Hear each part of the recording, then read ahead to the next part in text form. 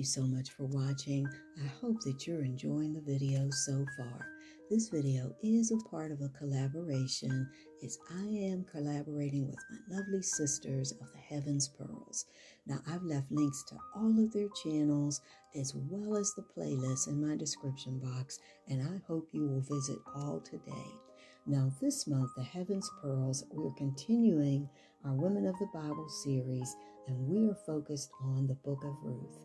Now, Ruth, chapter 1 through chapter 5, tells us the story of a Moabite woman who accepts the God of the Israelites as her God, and she accepts the Israelite people as her own people. The story teaches us that to not let our past define us and to have faith even during the most devastating and difficult times of our lives. Now, many may not have thought of Ruth as being a very important person. I mean, she was a poor widow.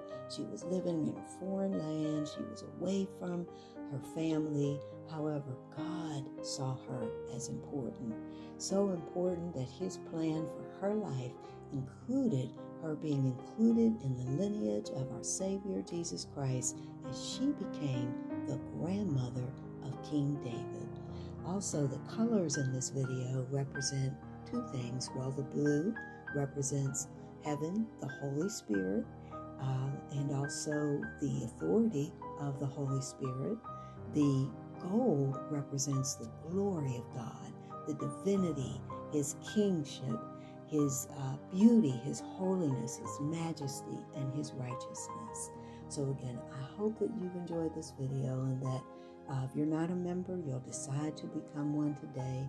Also, make sure you visit my other channels, if you will, DIY Design by CCW and the Glam Décor Channel.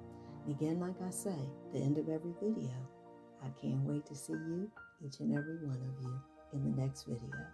Have a wonderful day or a wonderful night. Bye-bye.